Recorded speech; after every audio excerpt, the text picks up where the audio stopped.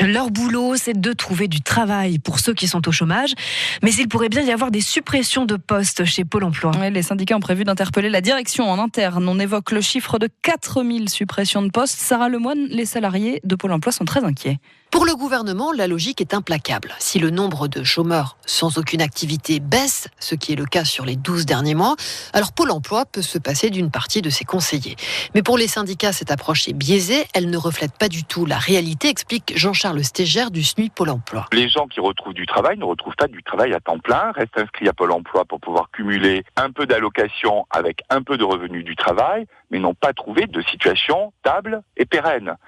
Ils ont besoin toujours d'accompagnement pour pouvoir se former, pour pouvoir s'orienter, pour pouvoir éventuellement découvrir des métiers. Et donc, si vous voulez, nous, on ne voit pas la charge baisser. Le gouvernement peut dire que ça baisse, il va falloir qu'il regarde de près. Une charge de travail qui ne baisse pas et qui devrait même augmenter avec les nouvelles missions qui se profilent à l'horizon. Ouverture de l'assurance chômage aux indépendants et aux démissionnaires, triplement des effectifs chargés du contrôle de la recherche d'emploi, le tout à effectif constant. Côté direction, on explique que rien n'est encore tranché. Les décisions seront prises à l'automne avec l'État lors de la négociation de la future convention de Pôle emploi, celle qui fixe les grandes orientations pour les 4 années à venir.